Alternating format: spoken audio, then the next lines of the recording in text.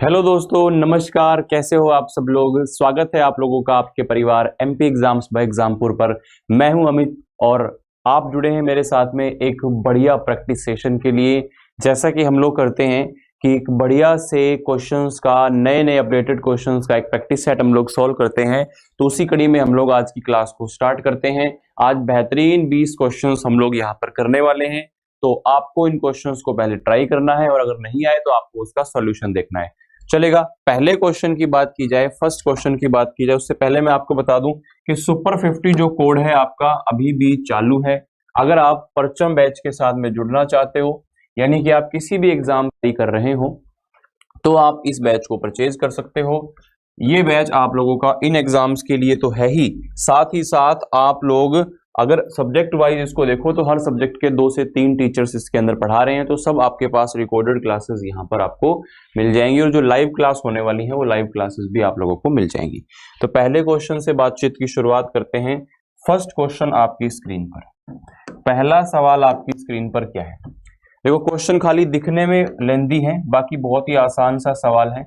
मैं इसको थोड़ा सा यहाँ पर इस तरह से कर देता हूँ, देखिएगा। क्वेश्चन क्या कहता है बच्चे। क्वेश्चन ये कह रहा है कि एक व्यक्ति के पास में जो उसकी मासिक आय है उसका 20% बच्चों पर खर्च करता है, शिक्षा पर, और शेष का 30% वह परिवहन, कपड़ों पर, और इसके अतिरिक्त अपने पास शेष राशि का 50% घर के किराए पर, और इसके बाद में शेष राशि का 50% वह खर्च करता है। तो उसके पास 11,200 रुपए बचते हैं।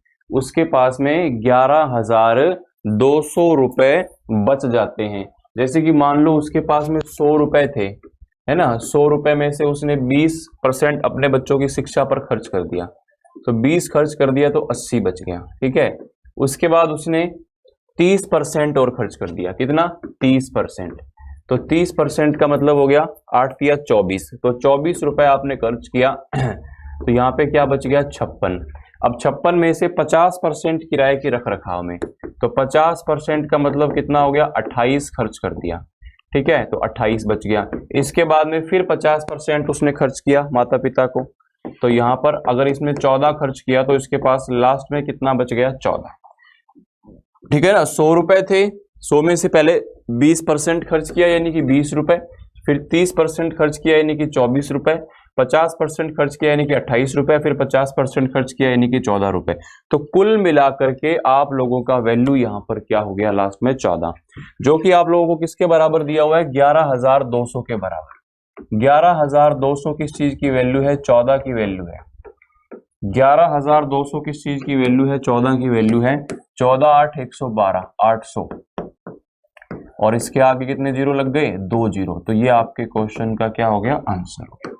ये आपके क्वेश्चन का क्या हो गया? आंसर, यानी कि 80,000 रुपए आपके सवाल का यहाँ पर जवाब हो जाएगा। 80,000 रुपीज आपके क्वेश्चन का आंसर बन जाएगा। क्या आप इस बात को समझ पा रहे हैं? क्या कोई दिक्कत या परेशानी? ठीक है, चलेगा। अगले क्वेश्चन की तरफ बढ़ते हैं। अगला सवाल क्या कहता है। नेक्स्ट क्वेश्चन आपका सिंपल रेशो का सवाल है। एक बार आप इस क्वेश्चन को ट्राई कीजिए। रेशो का सवाल है बच्चे, इसको एक बार आप ट्राई कर सकते हो क्वेश्चन को, बहुत आसान सा सवाल है।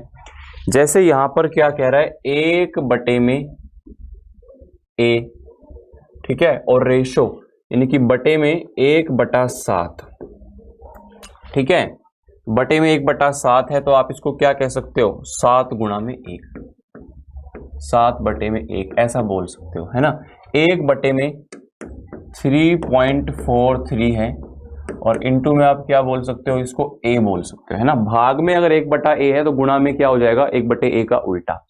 तो ये चीज आपके सामने आ गई। 7/a बराबर में ये हो गया। अब इसको आपको सॉल्व करना है तो कैसे करेंगे? देखो, a² क्या हो गया आप लोगों का? 7 इंटू 3.43 को आप ऐसे लिख सकते हो 7 इंटू 0.49, ऐसा लिख सकते हो। इस 3.49 को मैंने ऐसे लिख दिया तोड़ के, 49 गुणा में 7, और ये आपका इस तरह से आ गया।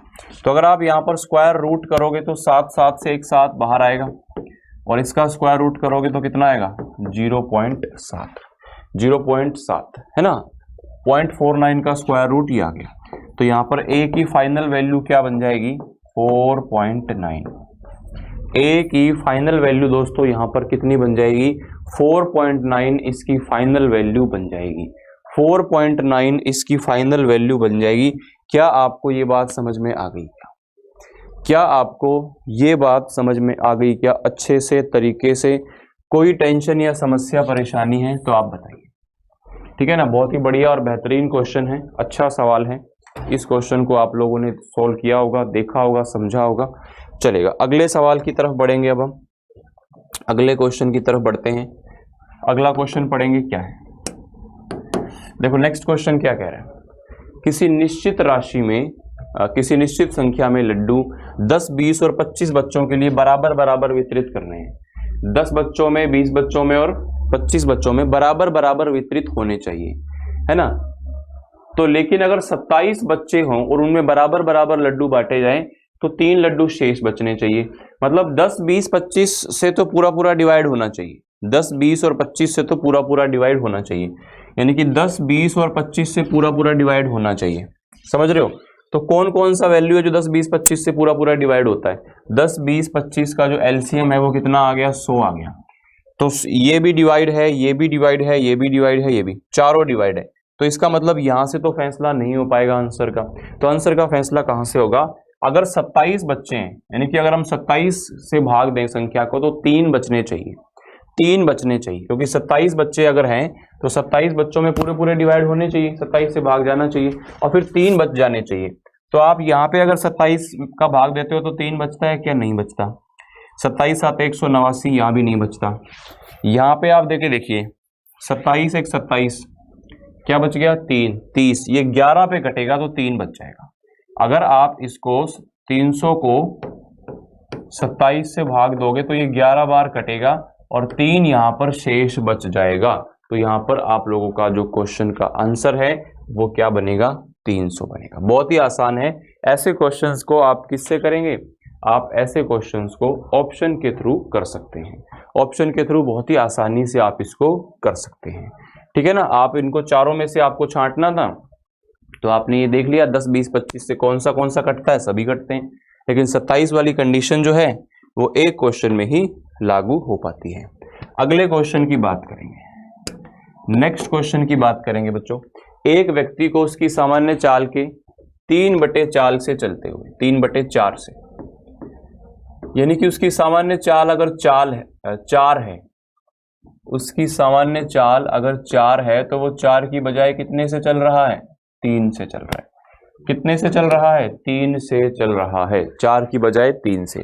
तो इसका मतलब जो उसको टाइम लगेगा वो उल्टा, यानी कि 3 की बजाय उसको टाइम कितना लगेगा? 4। ये बात आपको ध्यान रखनी है कि टाइम का जो रेशो होता है वो स्पीड के रेशो का इनवर्स हो जाता है जब आपकी डिस्टेंस फिक्स होती है। यानी कि पहले अगर टाइम इसको लगता था 3 यूनिट, तो अब टाइम कितना लगेगा? 4 यूनिट का टाइम लगेगा। तो इस वजह से यहाँ पर कितनी देरी हो रही है? 3 से 4, 1 यूनिट की देरी हो रही है। और इसने कितना दिया यहाँ पर? 1 घंटे 40 मिनट।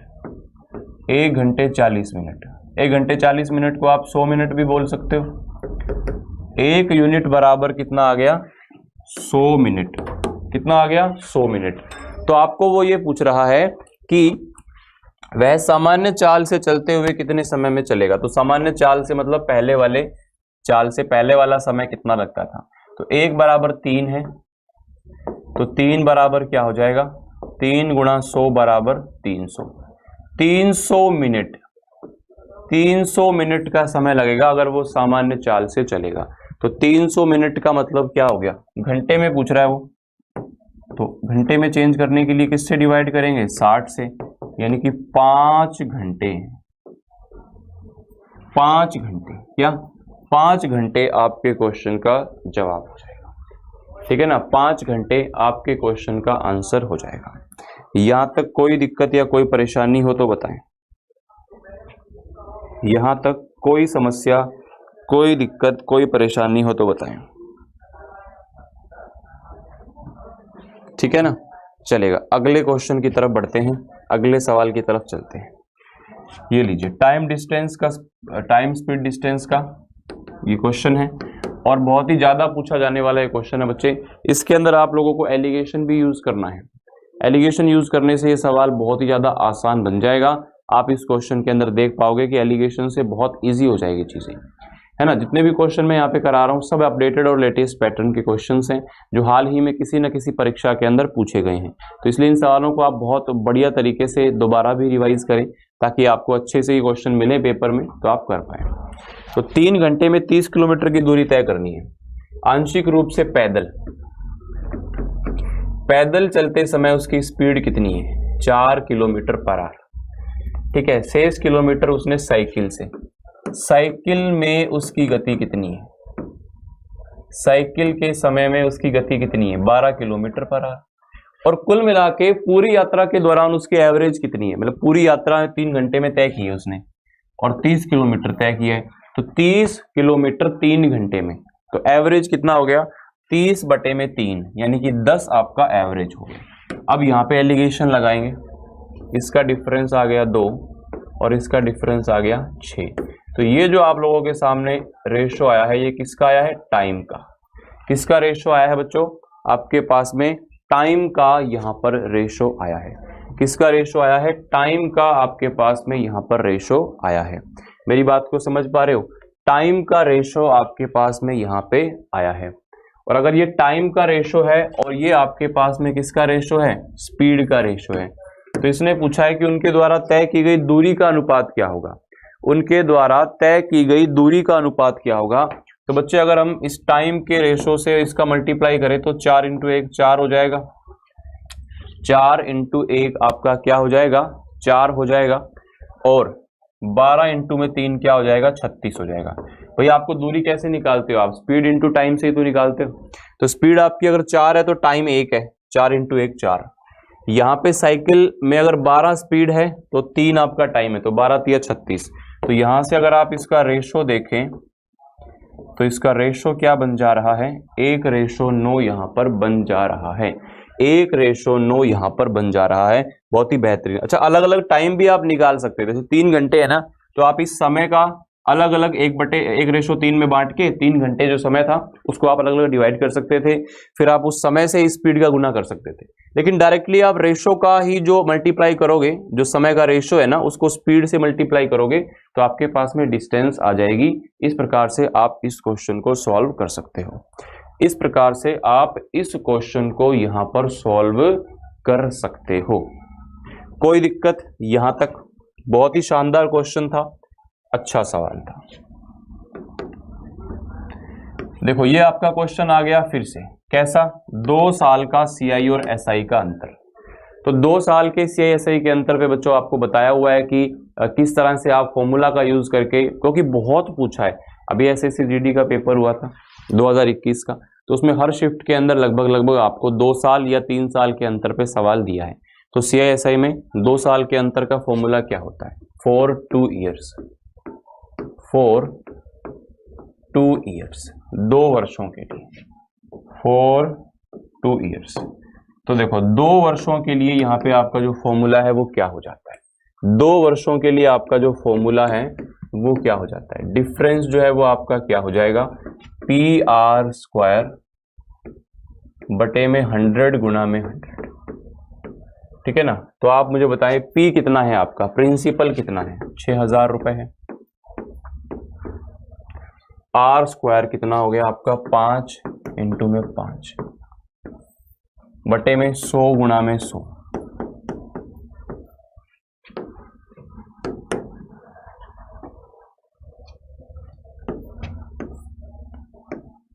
ठीक है, 2 3 3 × 5 15। तो ये आपका फाइनल यहां से आंसर आ जाता है 15 रुपए। तो 2 साल का अंतर निकालने का फंडा क्या है? PR² / 100 का स्क्वायर। अगर बच्चे 3 साल के अंतर की हम यहाँ पर बात करें, 3 साल के अंतर के लिए, तो ये भी आप लोगों को ध्यान रखना है। 3 साल के अंतर का क्वेश्चन पूछ ले, CI - SI जो आता है आपका कितना आता है? PR² × 300 + R और बटे में 100 की पावर 3, क्या 100 × 100 × 100। 3 बार आपको 100 लिखना है। तो ये आपका 3 साल के अंतर का फंडा हो जाता है, 3 साल के अंतर का फॉर्मूला हो जाता है। इस तरह से आप चीजों को यहां पर समझ सकते हो। ठीक है, कोई दिक्कत या परेशानी है तो बताइए, कोई समस्या यहां तक अच्छे से क्लियर हो गया आपको?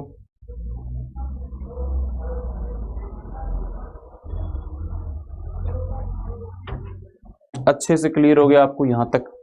चलो बहुत बढ़िया, नेक्स्ट क्वेश्चन की तरफ चलते हैं। अगला सवाल क्या है देखिएगा, नेक्स्ट क्वेश्चन क्या है बच्चे देखिएगा, अगला सवाल क्या कह रहा है। साजिया की आय रेहाना की आय से 20% कम है। ठीक है, साजिया और रेहाना, साजिया की आय रेहाना की आय से 20% कम है, यानी कि 100 है तो वो 80 है। रेहाना की आय साजिया की आय से कितना प्रतिशत अधिक है, मतलब इसकी आय वापस अगर देखें तो कितना परसेंटेज अधिक है, तो 80 से 100 कितना अधिक है, 20 अधिक है। किस पर, 80 पर, 20/80, यानी कि 1/4, 1/4 बराबर में क्या हो गया, 25%, 25%।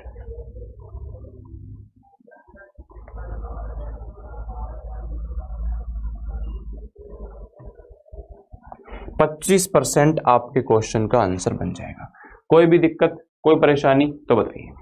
यहां तक की बातें क्लियर हो गई आपको अच्छे तरीके से? बहुत ही बढ़िया, शानदार। अगले क्वेश्चन की तरफ बढ़ते हैं। टाइम एंड वर्क का क्वेश्चन है, समय और कार्य का सवाल है बच्चे। किस तरह से आप इसको करेंगे देखते हैं। ए और बी एक साथ काम करके किसी कार्य को 30 दिन में पूरा करते हैं। ए और बी काम करके किसी कार्य को एक साथ 30 दिन में पूरा करते हैं। ठीक है, ए अकेले उस कार्य को 50 दिन में पूरा करता है। ए अकेले उस कार्य को 50 दिन में पूरा करता है, तो कह रहा है कि बी अकेला कितने दिन में उसको पूरा करेगा। ठीक है, तो बताइए कैसे करोगे इसको। पहले आप एलसीएम ले लीजिए इसका, 50 और 30 का एलसीएम कितना हो गया, 150। यहाँ पे स्पीड कितनी हो गई, 5 की, और यहाँ पर 3 की। तो मतलब अगर ए की स्पीड 3 है और ए प्लस बी की 5 है, तो बी की स्पीड कितनी हो गई, 2 हो गई। अब 2 की स्पीड से बी इस काम को करे, इस टोटल काम को अगर बी की स्पीड से किया जाए तो वह काम कितने दिन में होगा, 150/2 यानी कि 75। 75 is the correct answer, 75 is the correct answer. 75 ही आपके सवाल का सही उत्तर होगा। 75 is the correct answer for your question. कोई दिक्कत, कोई परेशानी, कोई समस्या हो तो बताइए।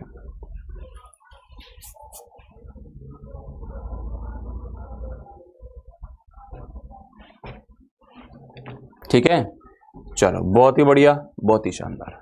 अगले क्वेश्चन की तरफ बढ़ते हैं। लाभ और हानि, प्रॉफिट एंड लॉस से ये क्वेश्चन है। प्रॉफिट एंड लॉस का ये सवाल क्या कहता है, कैसे कर सकते हैं, बनाइए इसको फटाफट से। एक बार आप देखिए क्वेश्चन को, रोकिए, उसको सॉल्व कीजिए। नहीं हो पा रहा है तो इसका सॉल्यूशन आप लोग यहां से देखिए। 800 रुपए प्रति कुर्सी के मूल्य पर 6 कुर्सियां और 1200 रुपए, देखो 800 रुपए प्रति कुर्सी, एक कुर्सी 800 रुपए की है, 6 कुर्सियां खरीदी हैं, प्लस 1200 रुपए में एक मेज खरीदा है, तो कितना खर्चा हो गया टोटल, ये 4800 और 1200, तो ये हो गया आप लोगों का 6000 रुपए। कितना हो गया आप लोगों का, 6000 रुपए हो गया, 6000 रुपीज, 6000 रुपए।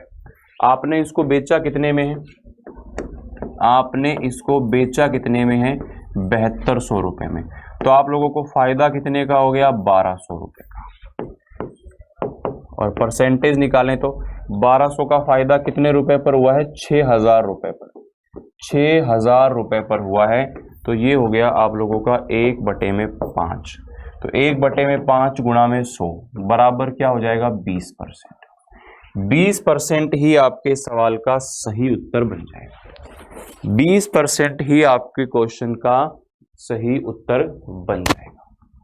जल्दी से बताएंगे, कोई दिक्कत या परेशानी आपको यहां तक के किसी भी क्वेश्चन में हो तो बताइए। यहां तक के किसी भी क्वेश्चन में कोई दिक्कत या परेशानी आप लोगों को है तो आप मुझे बताइए कि यहाँ पे ये दिक्कत है, ये परेशानी है। जी सर। क्लियर हो गया अच्छे से, बहुत अच्छे से बात क्लियर हो गई क्या?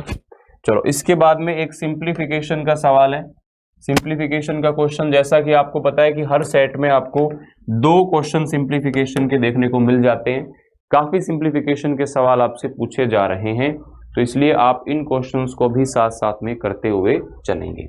जैसे देखो, आपको पहले ऑफ को सॉल्व करना है। 7 दूनी 14 और 6 20/7, 5 4 20 और 1 21/5, ये हो गया। इसके बाद में आपका ये आ गया डिवाइड। डिवाइड को क्या करेंगे? इनटू 2/3 का उल्टा कर दिया, ये हो गया आपका इतना। इसके बाद में क्या कह रहा है? 9 5 45 और 1 46/9, 46/9। और डिवाइड के अंदर वो पूरा मामला है, डिवाइड के अंदर वो पूरा मामला है। और उसके अंदर भी 3/4 इंटू ऑफ को सॉल्व करेंगे पहले, फिर डिवाइड को सॉल्व करेंगे हम लोग। तो 3 दूनी 6 8/3, और ये क्या हो गया तुम्हारा? 1/2। और वो भाग है 1/4, तो गुणा में कितना आ जाएगा? 4 आ जाएगा। गुणा में कितना आ जाएगा? 4 आ जाएगा। चलो इसको सॉल्व करेंगे तो 7 तिया 21, 5 दूने 10, 2 हो गया, 3 तिया 9 दूने 18 इंटू 46/9। यहाँ क्या है? 4 दूने 8 से 8 कट गया, 4 आ गया। ठीक है, 4 आ गया आपका। तो ये आ गया 46/9, और भाग है तो ये 1/4 हो गया। तो ये कितना हो गया आपका? 2। यहां से कट गया, तो ये आपके सवाल का सही उत्तर क्या बन जाएगा? 23। अब आप सोच रहे हो सर इतना कॉम्प्लिकेटेड सा सवाल है, मतलब कि ऐसे क्वेश्चंस को क्या ही करना है ना, क्योंकि इसमें क्या करना है? गुणा भाग ही तो करना है, सिंप्लीफाई ही तो करना है, तो इसमें तो करने की जरूरत ही नहीं है, तो पेपर में हम कर ही लेंगे। बच्चे ऐसे सवालों में बहुत अटकते हो, बहुत अटकते हो। कई बार गलती कुछ कर देते हो, कई बार कुछ, कई बार भाग को पहले कर दिया, कई बार ऑफ को आपने छोड़ दिया, ये इस तरह की गलतियां बहुत होती है। तो इसलिए आप लोग सिंप्लीफिकेशन के क्वेश्चंस पे प्रैक्टिस करोगे, यहाँ पे प्रैक्टिस करोगे तो पेपर में आपसे एक ही बार में बन जाएगा, वरना वहां पे बन तो जाएगा लेकिन टाइम टेकिंग बहुत हो जाएगा। आप 3 बार सॉल्व करोगे उसको, बार बार गलती करोगे। तो इसलिए ये प्रैक्टिस सेट्स का यही फायदा है कि आप लोग यहाँ पर उन सब प्रकार के क्वेश्चंस के लिए तैयार हो जाते हो, क्या रेडी हो जाते हो। चलो अगला क्वेश्चन देखते हैं। अगला क्वेश्चन क्या कह रहा है? नेक्स्ट सवाल, अमित ने विमल को एक अलमारी बेची, इतने % का लाभ हुआ। विमल ने आगे 10% के लाभ पर फिर बेची और उसका लास्ट में जो प्राइस है वो 14,520 रुपए बन गया। ये इसका लास्ट प्राइस है, ठीक है। तो कितने रुपए स्टार्टिंग का क्रय मूल्य था हमें नहीं पता। इसको 10% के फायदे में बेचा गया, फिर इसको दोबारा 10% के फायदे में बेचा गया। तो कुल मिला के आपकी जो कहानी यहां से बनेगी वो क्या बनेगी देखिएगा। मैंने यहां से 0 से 0 कैंसिल कर दिया आपका, ठीक है। 11 से आपने इसको कैंसिल किया, 1 3 बच गया, 11 तिया 33, 11 दूने 22, फिर आपने 11 से काटा तो ये आ गया आपका 12। तो 12 इंटू में 100, ठीक है ना। तो अलमारी का क्रय मूल्य, अलमारी का क्रय मूल्य आपका यहां पर कितना आ जाएगा? तो 12,000 आपके क्वेश्चन का आंसर बन जाएगा। क्या 12,000 आपके क्वेश्चन का आंसर बन जाएगा? 12,000 आपके क्वेश्चन का आंसर, क्योंकि क्रय मूल्य जो स्टार्टिंग वाला था, अमित के लिए जो क्रय मूल्य था स्टार्टिंग में, वो कितना हो जाएगा दोस्तों? वो यहां पर 12,000 हो जाएगा। वो यहां पर कितना हो जाएगा?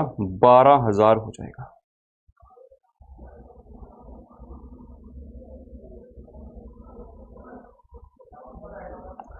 ठीक है ना। यहां तक कोई दिक्कत या परेशानी हो तो बताइए।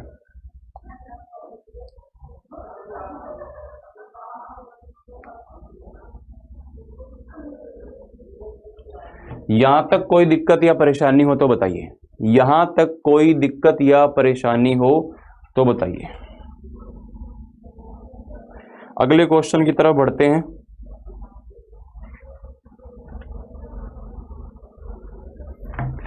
अगले क्वेश्चन की तरफ बढ़ते हैं। क्या कहा देखते हैं, चलेगा।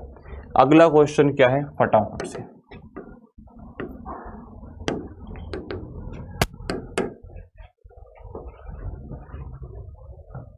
चार मित्रों ABCD ने किसी व्यवसाय में क्रमशः इतने अनुपात में निवेश किया। 3, 7, 9, 13। ABCD 3, 7, 9, 13। 3, 7, 9 और 13। ठीक है, 3, 7, 9 और 13।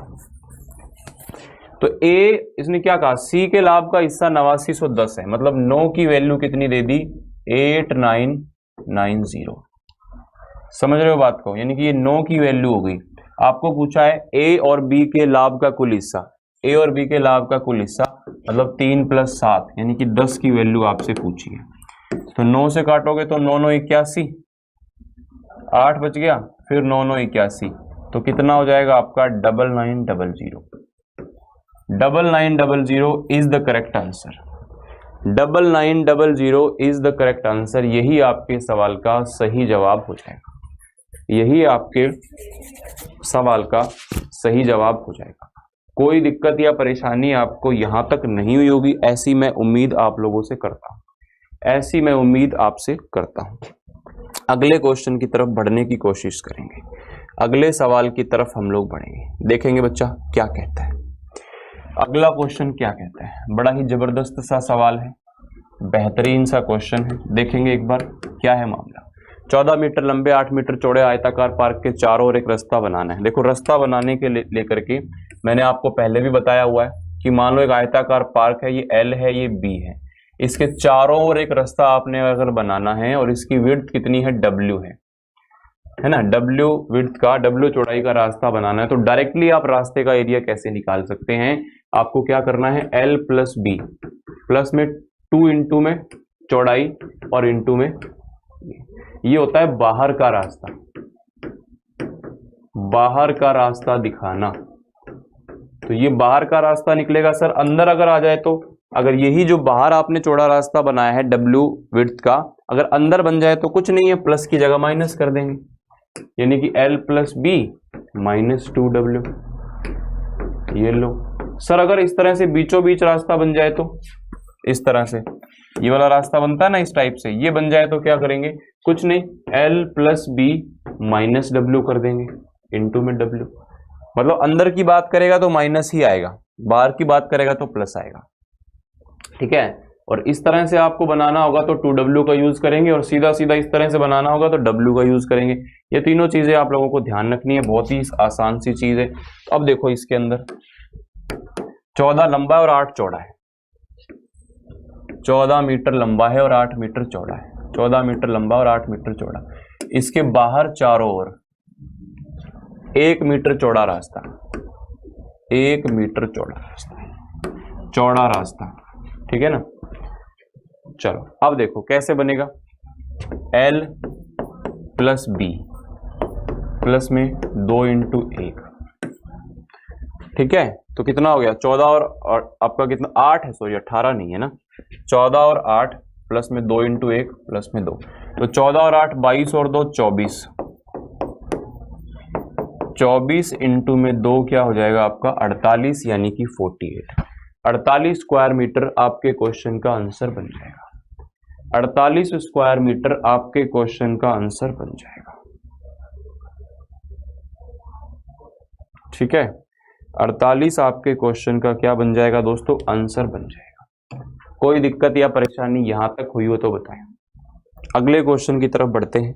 अगला क्वेश्चन देखते हैं, इसमें से बताइए कि कौन सा वाला गलत है, कौन सा वाला क्या है, गलत है। इसमें से कौन सा आपको गलत लग रहा है, कौन सा ऐसा है जो आपको लग रहा है कि गलत है, मतलब कि ऐसा सवाल देकर के वो आपका बहुत टाइम खा जाता है, बहुत टाइम खाता है। क्यों, देखो सबको चेक करना पड़ेगा। 80 में खरीदा, 96 में बेचा, कितने का फायदा हो गया, 16 का 80 पे, 1/5, 20%, 20% का फायदा, मतलब 20% का फायदा आपको दिया हुआ है, मतलब ये सही है। ठीक है, दूसरा 8000 से 7000 में बेचा, मतलब आपको कितने का लॉस हुआ, 1000 का, किस पर हुआ, 8000 पर। 1/8 का मतलब क्या होता है 12.5%। 12.5% या 25/2% का क्या हुआ, लॉस हुआ। यहाँ पर प्रॉफिट था, यहाँ पर लॉस था, तो लॉस कितने का हुआ 12.5% का। लॉस कितने का हुआ 12.5% का। तो अब आप एक बात मुझे बताइए दोस्तों, अब ये दोनों तो सही है, ठीक है, इसको देख लो 14 से 1526, तो फायदा कितने का 126 का। 126 का फायदा है 1400 पे, तो यहां पर आप लोगों को क्या होगा, प्रॉफिट होगा। कितने का प्रॉफिट होगा, 14 नहीं में 126, 9% का यहां पर क्या हो जाएगा, प्रॉफिट हो जाएगा। 9% का यहां पर क्या हो जाएगा, प्रॉफिट हो जाएगा। 9% का यहां पर आपका क्या हो जाएगा, प्रॉफिट हो जाएगा। 9% का आपका यहां पर क्या हो जाएगा, प्रॉफिट हो जाएगा। बात समझ में आ गई। 9% के प्रॉफिट की यहां पर बात कर रहा है, मतलब एक कंडीशन बच गई, तो गलत वाला कौन सा होगा आपका, 3 होगा। मतलब बाकी 3 तो सही हो गए ना, बाकी 3 का तो सही है, तो इसने गलत पूछा है, तो गलत तो जो बच गया वही होगा, जो आपका बच गया वही गलत होगा। तो इसको आप चेक करके देखना, ये आपका 13 पॉइंट समथिंग आएगा, एग्जैक्ट 13 नहीं आएगा, तो ये 13% आपका यहां पर गलत माना जाएगा। ठीक है, देख लीजिए आराम से इस क्वेश्चन को, कोई दिक्कत या परेशानी हो तो बताइए, कोई दिक्कत या परेशानी हो तो आप हमें बता सकते हैं। ठीक है, चलेगा। अगले क्वेश्चन की बात कर ली जाए, अगले क्वेश्चन की बात कर ली जाए। सवाल क्या कहता है, 25 से 45 के बीच आने वाली अभाज्य संख्याओं का औसत कितना है। अब आप मुझे बताओ 25 से 45 के बीच में अभाज्य संख्या कौन कौन सी आती हैं, बताइए।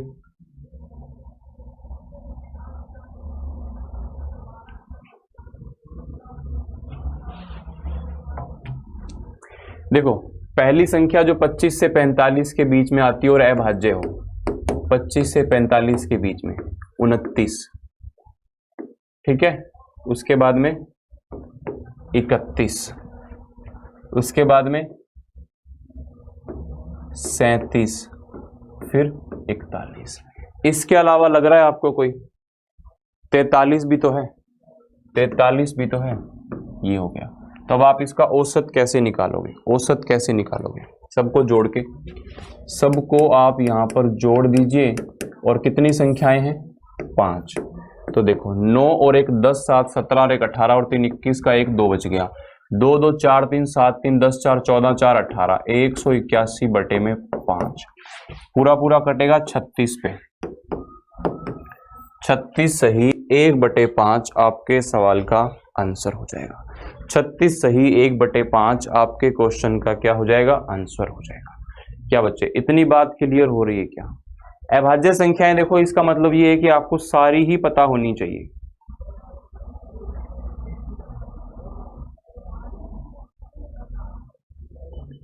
आपको अभाज्य संख्याएं सारी पता होनी चाहिए, तब ही आप लोग चीजों को अच्छे से कर पाते हो, क्योंकि कहीं से भी अभाज्य संख्या आपको पूछ लेता है ना। जैसे कई बार आपको पूछ लेता है कि 1 से लेकर के 100 तक में कितनी अभाज्य संख्या यानी कि प्राइम नंबर है, तो 25। 1 से 25 में कितनी संख्याएं होती हैं, 9। 26 से 50 में कितनी होती हैं, 6। 51 से 75 में कितनी होती हैं, 6। और लास्ट में 76 से 100 में कितनी संख्याएं होती हैं, 4। तो ये आपकी अभाज्य संख्याएं होती हैं इतनी इतनी, याद रख लेना। याद रखने का तरीका क्या हो सकता है आपका, 96 64, ये नंबर याद रख लो आप, 9664। तो यहां से भी आप लोगों की बात बन सकती है, यहां से भी आप लोगों की बात बन सकती है। क्या जी, चलो अगले क्वेश्चन की बात कर ली जाए, अगले क्वेश्चन की बात कर ली जाए। क्या कहता है, बहुत ही शानदार सा और मजेदार सा क्वेश्चन है। इस क्वेश्चन को इतना ज्यादा घिसा जाता है, इतना ज्यादा पूछा जाता है, जिसकी कोई सीमा नहीं है, क्योंकि हर पेपर के अंदर आपको ऐसा सवाल देखने को मिल जाता है, हर पेपर के अंदर आपको ऐसा क्वेश्चन देखने को मिल जाता है। तो उम्मीद करता हूं कि आप लोग यहां पर इसको समझ पा रहे हो।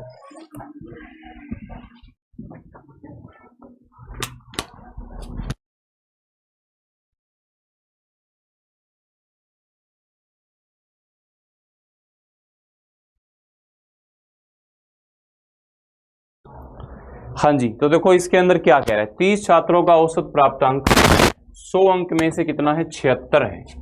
कितना है, 76 है। आपने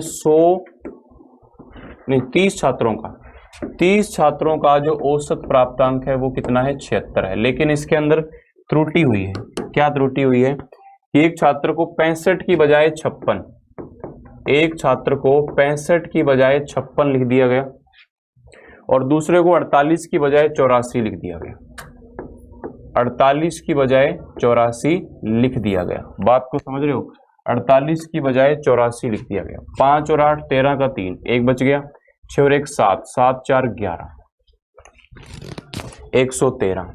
6 4 10 का 0, 1 बच गया। 5 और 1 6, 6 8 14, यानी कि 113 से 140 लिख दिया, मतलब आपने 27 ज्यादा लिख दिया। 27 ज्यादा लिख दिया तो आपको 27 कम करना पड़ेगा।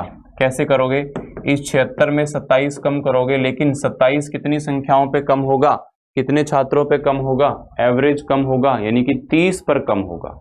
कितने पर कम होगा, 30 पर कम होगा।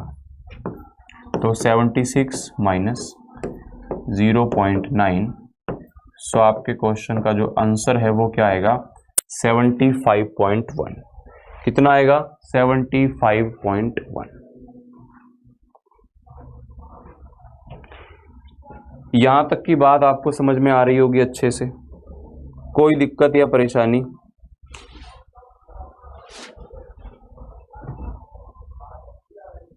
बहुत बढ़िया,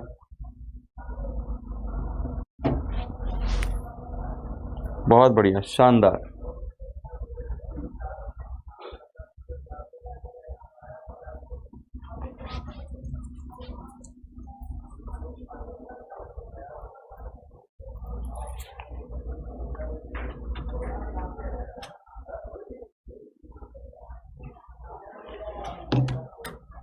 ठीक है ना, यहां पे इतनी बात आपको क्लियर हो गई क्या? चलो, इसके अंदर जैसे सिंप्लीफिकेशन का सवाल है, अब मैंने आपको थोड़ा बड़ा सिंप्लीफिकेशन कराया था अभी एक क्वेश्चन में, तो वो करने के बाद में ना ये आपको थोड़ा आसान लगेगा। क्या होता है कि जब अच्छे लेवल की चीज पढ़ते हो तो फिर उसके बाद थोड़ा सा नॉर्मल लेवल आता है ना, तो वो आपको क्या लगता है, आसान लगता है। देखो यहाँ पे कैसे सॉल्व करोगे, इसको पहले सॉल्व करोगे आप ऑफ को। 5 से 5 कट गया तो कितना आ जाएगा, 2/7 प्लस 3/7 माइनस 1/7 और भाग में है 1। नहीं, पहले आपको यहाँ पर 2 को 1 से भाग देना है, तो 2 को 1 से भाग दोगे तो 2 ही आएगा, कोई दिक्कत नहीं है। तो ये क्या बन जाएगा आप लोगों का, 2 और 3 5, 5 में से 1 गया 4 और बटे में क्या है 7, तो 4/7 इज द आंसर। ठीक है ना, 4/7 आपके क्वेश्चन का आंसर बन जाएगा। 4/7 आपके क्वेश्चन का आंसर बन जाएगा। कोई दिक्कत या परेशानी यहां तक हुई हो तो बताएं, यहां तक कोई समस्या या परेशानी हुई हो तो बताएं। ठीक है ना, हाँ जी। ये देखो आपका पाइप एंड सिस्टर्न का सवाल है, पाइप और सिस्टर्न का सवाल है। ये क्या है आप लोगों का, ये कह रहा है कि 12 और 15 घंटे में भर सकते हैं 2 पाइप और तीसरा 24 घंटे में खाली कर सकता है। पहला भर सकता है 12 घंटे में, दूसरा भर सकता है 15 घंटे में और तीसरा खाली कर सकता है 24 घंटे में। टोटल 120 है। इसकी स्पीड कितनी हो गई, +10, इसकी +8 और इसकी हो गई -5। अब क्या कह रहा है वो, अब क्या कह रहा है, सीधा सीधा तीनों पाइप एक ही समय पर खोले जाते हैं तो कुंड भरने में कितना समय लगेगा। देखो 10 और 8 18 में से 5 गया 13। अगर 120 को आप भरना चाहते हो, 10 और 8 18 और -5 13, तो देखो 13 को करोगे 9 से, कितना बचेगा 3, 3/13, तो 9 घंटे तो आएगा ही आएगा। अब बात मिनट की है, मिनट की, तो मिनट कैसे बनेंगे, इसको 60 से गुणा करके 180/13, 180/13, ये आपका कटेगा कितने से, 13 से कटेगा। ठीक है, 13 से कट गया तो कितना बचा यहाँ पर 11 बच गया।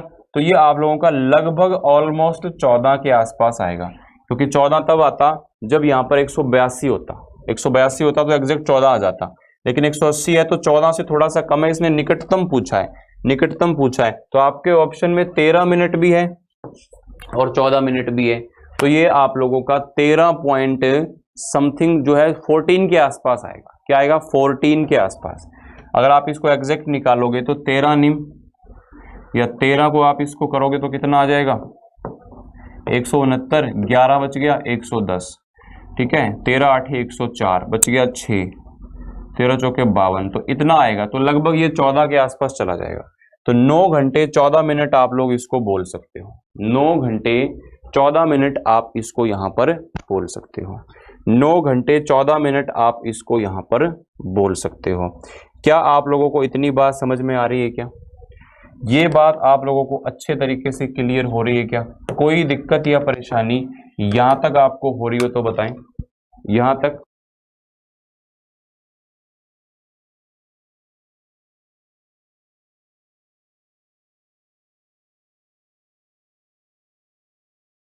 तो ये एक क्वेश्चन जो है मैं आप लोगों को यहाँ पर सॉल्व करने के लिए दे रहा हूं। इसमें आपको 3 डिस्काउंट दिए हुए हैं।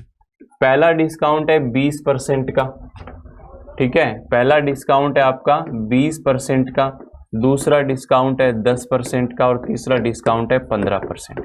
तो तीनों का एक डिस्काउंट क्या होगा? आप इसको सक्सेसिव से बना लीजिए, आसानी से बन जाएगा। जैसे 20% है, कितना होता है? 1/5, ये 1/10 और 15% करोगे तो 15/100, 3/20, ठीक है। इस तरह से आप इसको बना लेना, सक्सेसिव से आसान रहेगा। जैसे कि 5 पर 1 का डिस्काउंट है तो 5 से 4 हो जाएगा, 10 पर 1 का डिस्काउंट है तो 10 से 9 हो जाएगा, 20 पर 3 का डिस्काउंट है तो 20 से 17 हो जाएगा। तो इधर आपका क्या आएगा? 20 × 500 यानी कि 1000 आ जाएगा यहाँ पर। और यहाँ पर आपका कितना आएगा? 17 निम में कितना होता है? 17 निम कितना होता है आपका? 153, 153 और ये कितना हो गया आपका? 306, 612। तो ये बन जाएगा, यानी इतना था इतना हो गया। तो यहाँ से फाइनल आंसर क्या आ जाएगा? आप लोग मुझे इसका आंसर कमेंट करके ज़रूर बताइएगा। और जो भी आप लोगों का क्लास कैसी लगी है उसके बारे में भी आप अपना रिव्यू कमेंट्स में दीजिएगा। इस क्वेश्चन का फाइनल आंसर आप लोग कमेंट करके मुझे ज़रूर बताइएगा क्या आपका आंसर बनेगा, ठीक है। तब तक के लिए बने रहिएगा और चैनल को सब्सक्राइब ज़रूर कीजिए अगर आपने नहीं किया है, और परचम बैच के साथ आप लोग जुड़ सकते हैं, ठीक है दोस्तों।